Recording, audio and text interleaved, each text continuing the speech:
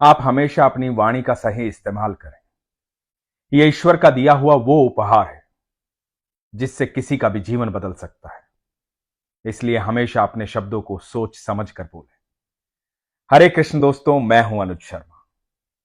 आज जो अनुभव आपको बताने जा रहा हूं, यह अनुभव है पटना बिहार की रहने वाली वंदना सिंह का। वंदना सिंह की दो बेटियां हैं, एक इंजीनियर है, एक डॉक्टर है। वंदना सिंह के पिता मोकामा बिहार में रहते हैं। 70 साल उम्र है। मोती प्रसाद नाम है उनका। तो हुआ यूं कि इनके पिता के भाइयों में आपस में बंटवारा हुआ। तो इनके पिता के हिस्से आई एक गौशाला, इनके घर की गौशाला, जहां ये गाय बांधते थे। पिता के हिस्से वो जमीन आई। पिता के दो बेटे और हैं वंदना जी के अलावा। एक बेटा कुरुक्षेत्र रहता है और एक बेटा पिता के साथ रहता है। पिता पैरों से लाचार है।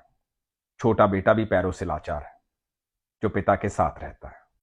वंदना जी बताती हैं कि पिताजी बड़े परेशान थे। घर बनाना था जो जमीन हिस्से में आई थी उस पर। उनको लग नहीं रहा था कि घर बन जाएगा, और बनेगा तो कैसे बनेगा। पैरों से लाचार हूं और इस उम्र में कहां कहां जाऊंगा, कैसे कैसे सामान जोड़ूंगा, किसको बुलाऊंगा, कैसे देख रेख रखूंगा। बहुत सारे काम ऐसे होते हैं।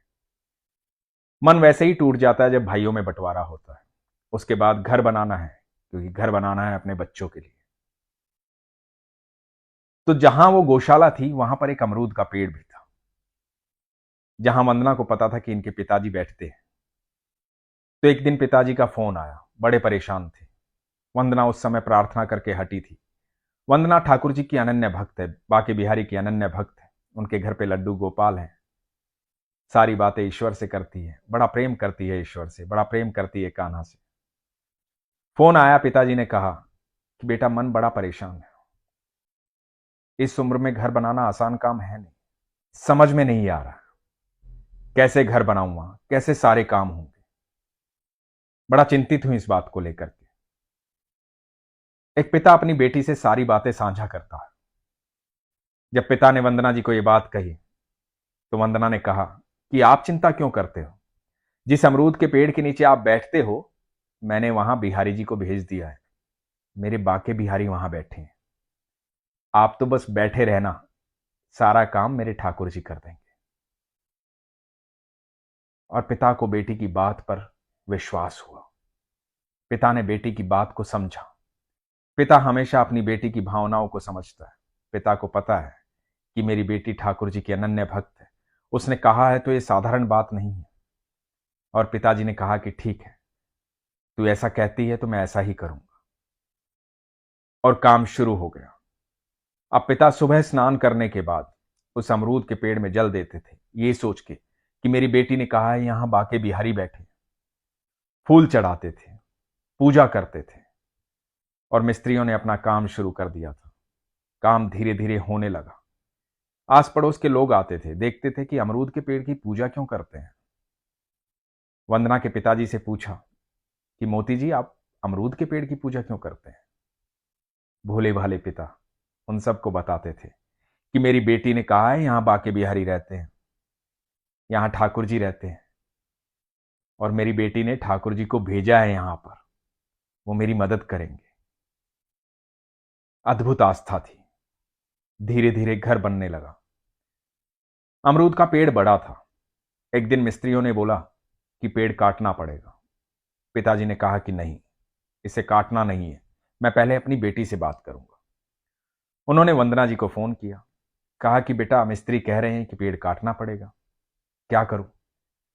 तो वंदना जी ने कहा कि आप उनको बोलिए कि थोड़ा सा झाड़ लें, थोड़ा थोड़ा ऊपर से काट लें, पेड़ ना काटे, पेड़ को बचाइएगा पिताजी। और मिस्त्रियों ने पेड़ को थोड़ा छाटना शुरू किया। उनको अपना वो फट्टा लगाना था, लकड़ी का, जो घर बनाते वक्त लगाते हैं, उसे बांधना था। जब पेड़ पर बांधा तो मिस्त्री गिर गया। मिस्त्री को चोट आई। जैसे ही मिस्त्री को चोट आई, पिताजी के मन में आया कि मेरी बेटी सही कहती है, यहां बाके बिहारी रहते हैं, हमें इस पेड़ को छेड़ना नहीं चाहिए। और वो अपनी संपूर्ण आस्था के साथ उस पेड़ की जड़ में बाके बिहारी को देखते थे, उनकी पूजा करते थे। धीरे धीरे मकान तैयार हो गया। खूबसूरत मकान बना। बेटी को फोन किया, बताया कि घर बन गया है बेटी, सारे कार्य अपने आप होते जा रहे हैं। मेरे तो वश में ये सब था नहीं, लेकिन बाके बिहारी ने सब कुछ करवा दिया। और जैसा तूने कहा था, मैं तो बस पेड़ के नीचे बैठता था, अखबार पढ़ता था और देखता था मिस्त्री क्या कर रहे हैं। सब कुछ अपने आप होता जा रहा था। वंदना जी से मेरी बात हुई। वंदना जी से मैंने पूछा कि आपको क्यों लगा ऐसा कि वहां बाके बिहारी रहते हैं? आपने क्यों पिताजी से ऐसी बात कही? ऐसा क्या भाव था आपका? तो वंदना जी ने बताया कि भैया, मैंने बस ऐसे ही कहा था अपने पिता का मनोबल बढ़ाने के लिए। मैं तो हमेशा कह देती हूं, क्योंकि बेटियां पराया धन होती हैं, अपने घर आ जाती हैं। हर बेटी चाहती है कि उसके माता पिता सही रहें, सुरक्षित रहें, स्वस्थ रहें।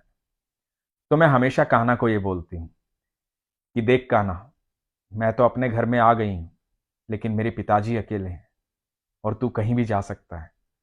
तो मेरे पिता के साथ रहना, उनकी रक्षा करना, उन्हें स्वस्थ रखना, सुरक्षित रखना।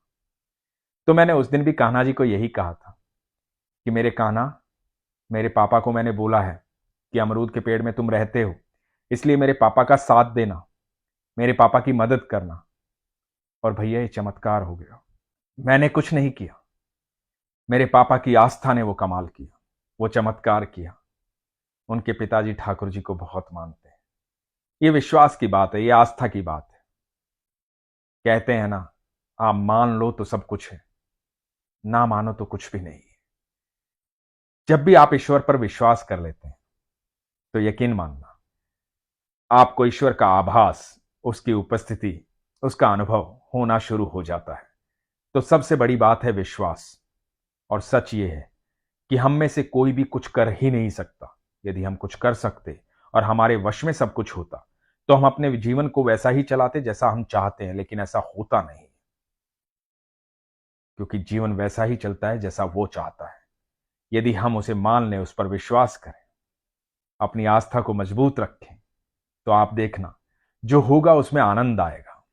जो होगा वो हमारे भले के लिए होगा, क्योंकि ईश्वर हमेशा हमारा भला चाहते हैं, क्योंकि हम उनकी संतान हैं। वो हमसे बेहद प्रेम करते हैं। इसलिए हमेशा ये ध्यान रहे कि अपने आप को कमजोर कभी भी ना समझें। आप अकेले नहीं, आप लाचार नहीं हैं।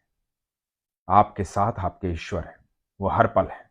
और जितनी आपकी आस्था मजबूत होगी, जितना विश्वास मजबूत होगा, उतनी ही गहरी उपस्थिति उनकी होगी। तो इसलिए हमेशा कहता हूं, अपने विश्वास को मजबूत रखिए, अपना ख्याल रखिए। हरे कृष्ण।